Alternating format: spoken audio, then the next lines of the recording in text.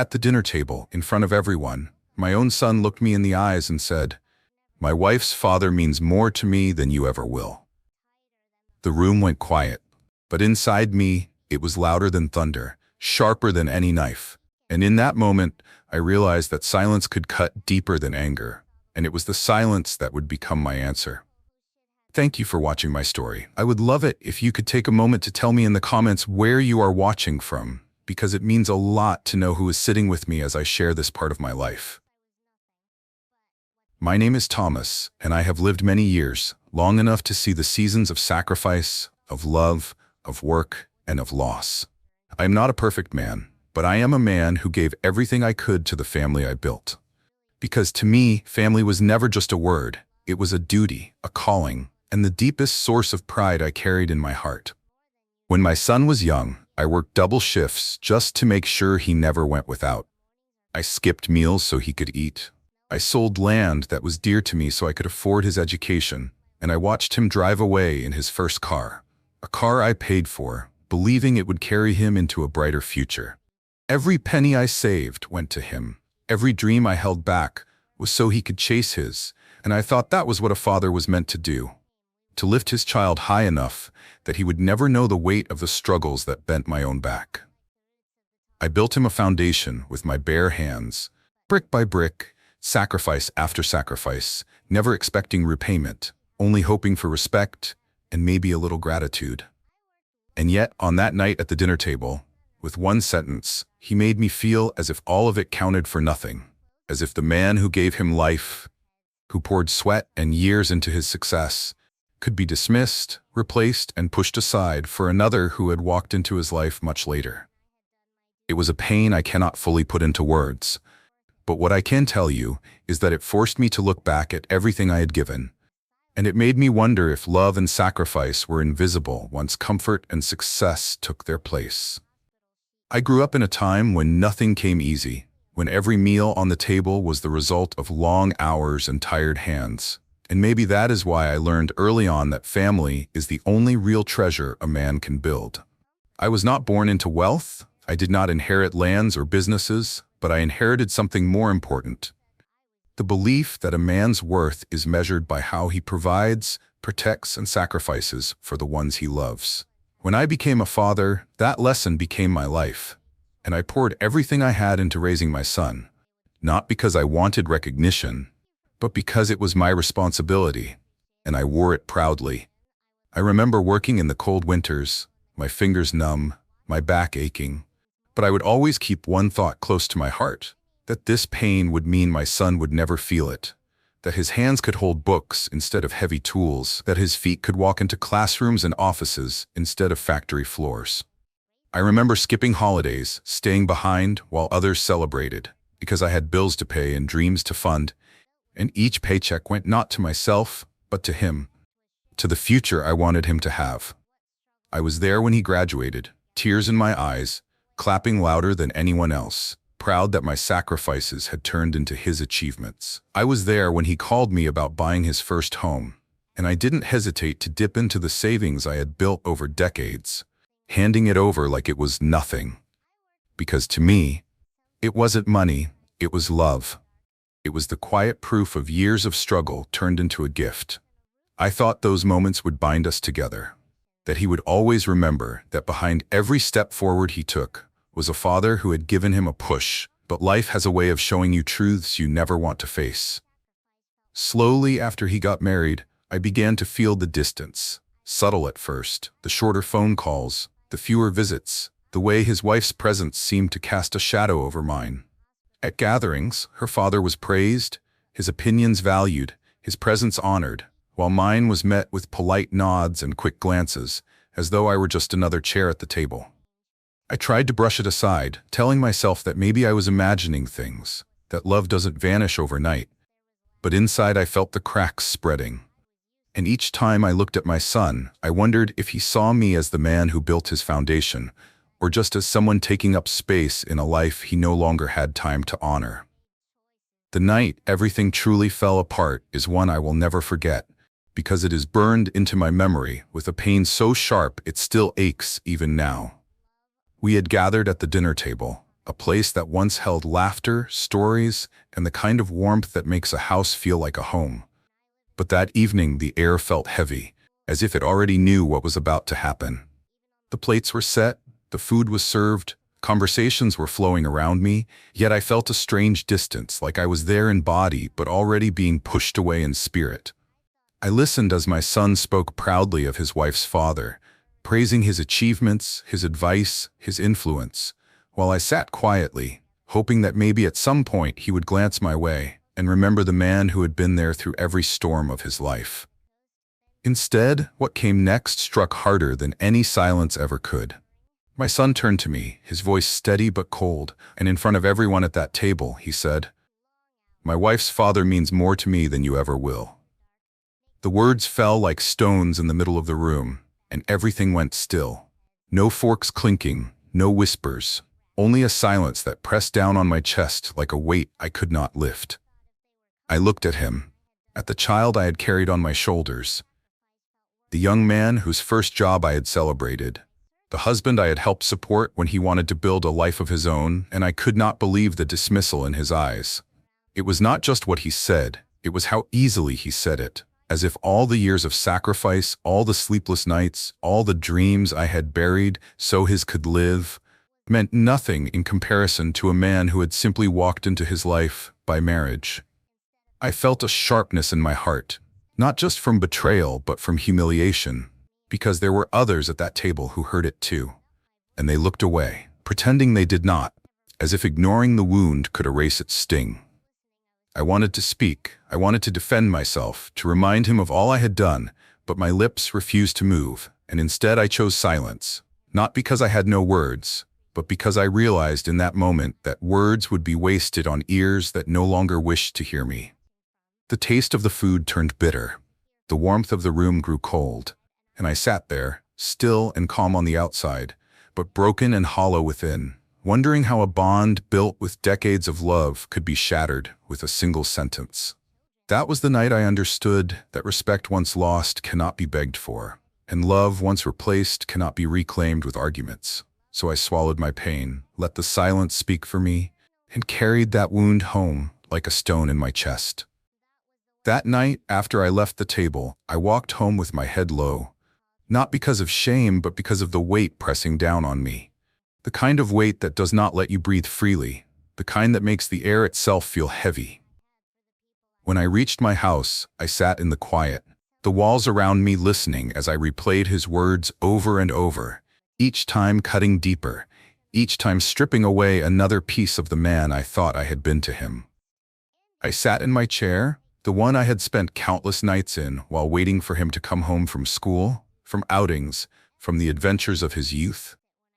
And I remembered how I never once complained about the late hours, how I always kept a plate warm for him, how I would stay awake no matter how tired I was, because his comfort mattered more to me than my rest. I thought of the first time he came to me asking for money for college, how I sold off a piece of land that had been in the family for generations, land I had dreamed of keeping. But I let it go without hesitation, because his future meant more to me than my own pride. I thought of the night I handed him the keys to his first car, watching his eyes light up, knowing that every extra shift, every missed meal, every aching bone had been worth it in that single moment when he smiled and said thank you. I remembered the day he told me he wanted to buy a house, and without a second thought, I reached into my savings I had guarded carefully over decades, and I placed it in his hands, believing I was building a stronger roof over his head, believing I was securing the foundation of his life. And yet, after all of that, after every drop of sweat and every sacrifice that had shaped his path, I was now less important to him than a man who had never carried him, never lost sleep over his worries, never bled to make sure he could have a chance. The betrayal did not just wound me, it shook the very core of who I was, because I had built my life around the belief that love and sacrifice never go unnoticed, that a child who grows under the shadow of such devotion would never forget the hands that shielded him from the storm. But now I saw with painful clarity that I had been wrong, that sometimes love can be taken for granted until it becomes invisible, that sometimes a man can give his whole life only to be told that his worth has an expiration date. I sat there in the silence of my home, the memories swirling like ghosts around me, and I asked myself again and again if I had failed somewhere, if perhaps I had given too much, or if I had not taught him the value of respect. But as the hours passed and the night deepened, I realized it was not my failure that spoke at that dinner table. It was his choice. And that choice revealed to me a truth I had avoided for too long, that I had been holding on to a bond that no longer existed. And if I was going to find peace, I would have to stop clinging to what was gone and start protecting what remained of my dignity. The following morning I woke up still carrying the sting of those words, and though my body rose with the sun, my heart felt heavy, as if it had not rested at all. I sat with my coffee, staring into the steam, and I wondered how a man who had given everything could be left with nothing but silence in return. Just as I was drowning in those thoughts, the sound of small footsteps filled the air, and there they were, my grandchildren, running up to me with smiles so pure they could light even the darkest corners of my soul. They threw their arms around me and called me Grandpa in that soft, loving way that no bitterness could ever touch. And in that moment, I felt something stir inside me. A reminder that not all love fades, not all bonds are broken. Their laughter filled the room like music, and I realized that while my son had chosen to see me as less than another man, there were still hearts in that family that beat for me, that remembered the warmth of my hands, the patience of my voice, and the stories I had shared. I saw myself reflected in their eyes, not as a man pushed aside, but as a man who still mattered, who still held a place no one else could ever take. That morning, as they sat with me asking me questions, laughing at my old tales, I felt my strength returning, not in anger, but in clarity. I understood then that my worth did not depend on the recognition of a son who had forgotten, but on the love that still flowed from those who saw me as I truly was. Their embrace became my anchor, their smiles became my light, and I knew that I would not fight with words or try to prove myself where I was not valued. Instead, I would hold on to the innocence and love that still surrounded me, and I would act in a way that secured their future, that showed them that a man's dignity is not lost in betrayal, but revealed in how he responds to it. It was through their love that I found the courage to take the next step, to prepare for the choice that would become my farewell gift. And in that choice, I would not only protect my heart, but I would also protect theirs, ensuring they would never forget who their grandfather truly was. As I sat there with their laughter still echoing in my heart, I realized that love has a way of pointing a man toward clarity. And the clarity I needed was no longer about fighting for a place where I was unwanted, but about protecting the ones who still held me close. That was the morning I made my decision. And though my hands trembled at first, the more I thought about it, the steadier they became. I dressed myself slowly, not like a man in a rush, but like a man preparing for something final, and I walked down the road to the office of my lawyer, a place I had not visited in years, but one I knew held the power to turn my silent pain into action. When I sat across from him, I did not raise my voice. I did not fill the air with anger. I simply told him I needed to change everything. I explained that the business I had built, the savings I had worked for, the land I had held onto with pride would no longer be placed in the hands of a son who could so easily erase me. Instead, I wanted it secured for the grandchildren who had not yet learned the cruelty of neglect, the ones who still ran to me with open arms and called me Grandpa, with love in their voices.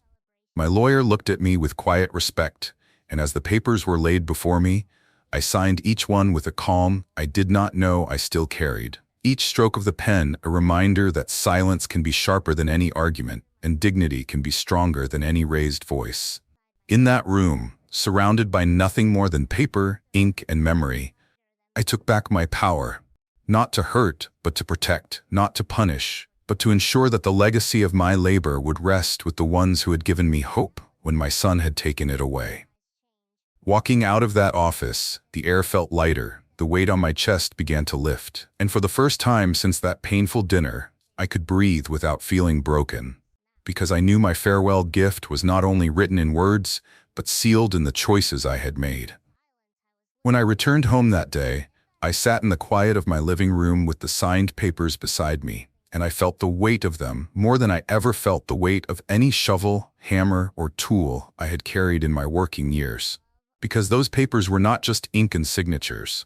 They were my life's story, written in a different form. A story of sweat turned into savings, of dreams turned into deeds, of sacrifices turned into a legacy. As I stared at them, I knew that this was more than a legal act. It was the voice I had chosen to use in place of the silence I carried. And I thought about how one day, when those children I loved grew older, they would look back and understand that their grandfather did not leave them with nothing, but left them with everything he could. That night, I did not sleep much, not because I was restless, but because my mind wandered through the memories of all I had done, the roads I had traveled, the choices I had made to give my son every advantage I never had. I remembered the long walks home after work, too tired to lift my head, but still smiling because I knew he had food waiting for him. I remembered the first time he told me he wanted to start a family of his own, how proud I felt that he was stepping into the role of a man, and how quickly I offered my support, thinking we would always stand shoulder to shoulder no matter what life brought. Now, looking back, I realized that somewhere along the way, my place in his life had shifted, and I had been too blinded by love to see it clearly. That realization hurt, but it also brought me peace, because by facing the truth, I could finally accept it and stop clinging to what no longer existed. I knew the time was coming when I would reveal what I had done, when I would hand over my farewell gift, and in that moment, I would not shout, I would not argue, I would not even demand recognition. I would simply place before them the truth of my decision and let the silence do what words could never achieve. I imagined their faces, the confusion, the disbelief, the anger, and perhaps even the shame, but none of it frightened me because I had already walked through the fire of betrayal. And once a man has stood in those flames, no glare, no raised voice, no judgment can burn him again. And so I waited, with patience and quiet resolve, carrying the letter and the documents close to me, knowing that they were more than paper. They were my answer, my closure, my final act of love disguised as a gift. And when the time came, I would hand them over with a steady hand and a calm heart, because that would be the day they finally understood that I was never a man to be dismissed. I was always the man who gave. And even in farewell, I still gave with love. The day I chose to deliver my farewell gift came quietly, without announcement, without warning, as if life itself knew it was time for the truth to step into the light. I carried the envelope with me, tucked carefully inside my coat, and though it was small in size, it felt heavier than a sack of stones. Because it carried not only papers and signatures, but the weight of years, the weight of sacrifices, the weight of a father's love, turned into a decision that could not be undone. When I walked into their house, I was greeted with the usual polite smiles, the kind that never reach the eyes, the kind that try to hide discomfort but fail to disguise distance. And I sat down at the table where it had all begun, the very place where my son's words had wounded me most. This time, I did not come with anger in my chest or accusations on my tongue. I came with calm, because calm is stronger than rage when a man knows his truth. I waited until the small talk faded, until their attention was on me, and then with steady hands, I slid the envelope across the table, resting it right in front of them. I looked at my son, then at his wife, and I said softly, "This is my farewell gift to you." Nothing more, nothing less. Their eyes met mine with confusion. Their hands hesitated before touching the envelope, and for a moment the room felt as still as the night I had carried my wound home in silence. As they opened it, I leaned back in my chair, not with pride, not with vengeance, but with the quiet strength of a man who had finally chosen to speak without raising his voice. I watched them unfold the papers, their eyes scanning each line, and though I already knew what was written, I felt the power of it again. Because those words and documents told the story of everything I had endured and everything I had chosen. They revealed that the business, the savings, the land, the legacy would not pass into the hands of a son who had forgotten, but would be secured for the grandchildren who still loved me as I was.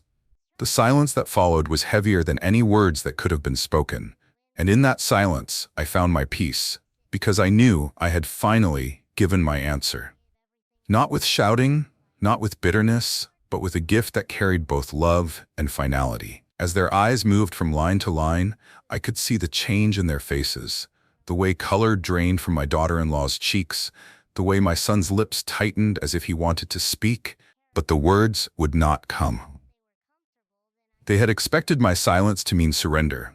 They had believed that because I did not raise my voice at that dinner table, I had accepted their judgment of me. But what they discovered in that envelope told them otherwise.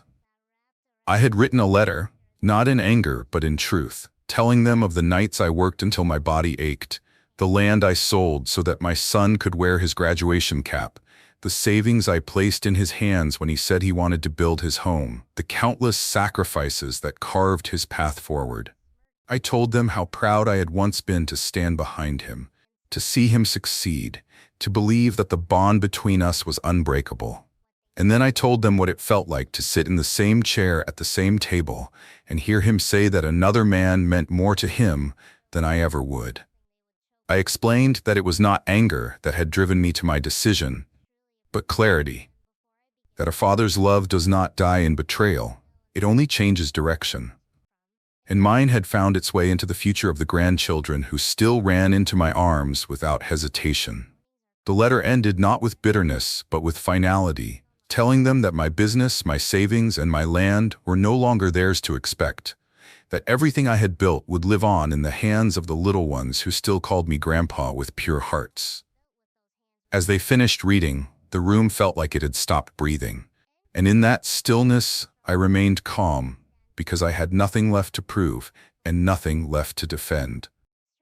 I reached for my tea, sipped it slowly, and allowed the silence to speak the rest. They shifted in their seats, looking at me as though I were a stranger they had never truly seen. And in that moment, I realized something powerful. That respect cannot be demanded, it must be earned. And once it is thrown away, it can never be returned the same. The farewell gift I had placed in their hands was not meant to punish them. It was meant to free me, to remind me that I still had choices, that I still held dignity, that I still had the strength to say enough without uttering a single harsh word. And as I sat there watching their faces fall, I felt no guilt, no regret, only the steady peace of a man who had chosen to walk away with his head held high, knowing that his love had not been wasted but redirected to those who would one day understand the depth of it. I remember sitting there after they had finished reading, and the silence that hung in the air was unlike any I had felt before. It was not the silence of an ordinary pause, it was the silence of truth settling in, of pride being stripped away, of realization cutting deeper than any argument could. My son's eyes were glassy, not with tears but with a mixture of shock and shame, as though the weight of what he had said to me that night at the dinner table was finally standing before him in flesh. My daughter-in-law's hands shook as she folded the papers back into the envelope, her face pale, her confidence suddenly cracked. Because in her mind, she had perhaps believed she and her father now held the highest place in my son's life, that they had the power to push me aside. But in that moment, she saw that the man she thought of as old and finished still had the strength to change the course of everything with one calm decision. I did not gloat. I did not lean forward with a smirk. I simply sat back in my chair and let the weight of my silence do its work, because I had learned long ago that dignity does not need noise to make itself heard.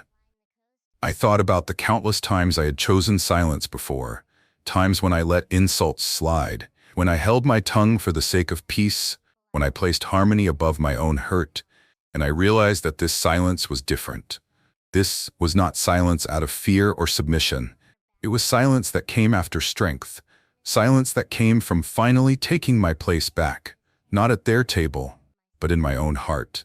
The air grew heavy as minutes stretched, and though my son finally cleared his throat as if to speak, no words left his mouth. Because what could he say now? What apology could undo years of taking me for granted? What explanation could erase the night he told me I was worth less than another man? I did not need his words anymore, because I had freed myself from that hunger. I had placed my love where it would be cherished, in the future of my grandchildren.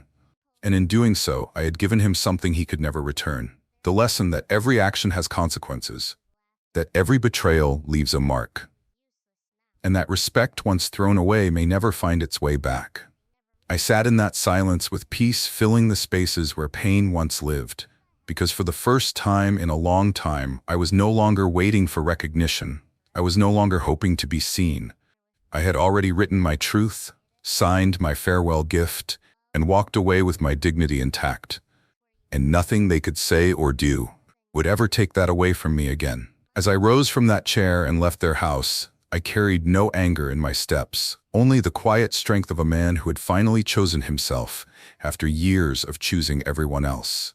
The night air felt different as I walked away, crisp against my skin, almost cleansing, and I realized that for the first time in many years, I was not carrying their judgment on my back. I was carrying my own freedom. My mind drifted to the memories of all the sacrifices I had made, and for the first time, those memories did not sting with regret. Instead, they felt like chapters of a story that had finally reached its ending. An ending I had written with dignity instead of despair. I thought about my son, about how he might wrestle with his pride, how he might search for excuses or even place blame. But I knew deep down that the truth I had left on that table would stay with him longer than any argument ever could. I thought about my daughter-in-law, about the way her face paled when she realized the life she thought was secured by my silence had been shifted toward the grandchildren. And I wondered if she now understood that pride built on dismissal can crumble in an instant. More than anything, I thought about those children. The way they ran to me without hesitation, the way they laughed and clung to me as if I were their world. And I felt peace, knowing that the trust I had created would one day remind them that their grandfather's love had been steady, unshaken, and unconditional. Walking home that evening, I did not feel like a man who had lost. I felt like a man who had reclaimed his worth, because betrayal only has power when it steals your spirit, and I had chosen not to let it. I had chosen to turn silence into a statement, to turn heartbreak into protection, and to turn dismissal into a gift that carried more weight than any apology ever could. By the time I stepped through my door, I realized that my farewell gift had not only spoken for me, it had healed me. Because in giving it, I had let go of the pain that once lived in my chest, and in its place, I found peace. A peace that could not be taken, because it was born from truth, and truth once revealed never fades. In the days that followed, I did not wait for calls. I did not wait for visits. I simply lived with the calm that comes from knowing I had done what was right. And in that calm, I found more strength than I ever thought I still had. I looked at the faces of my grandchildren, innocent and unshaken, and I felt proud that my legacy would live with them, not as a burden, but as a gift born out of love and protection. My son may one day understand what he lost, or he may not. But either way, I had already made my peace, because respect cannot be forced, and love cannot be begged. It must be cherished freely or not at all. My farewell gift was not revenge. It was my way of leaving behind a truth they could never erase. A truth that spoke for me when words were no longer enough. Thank you for staying with me until the end of my story. It means more than I can say, and if my words touched your heart, I would be grateful if you subscribed, shared this with others, and left me a comment, because I would love to know what you think and what you would have done if you were in my place.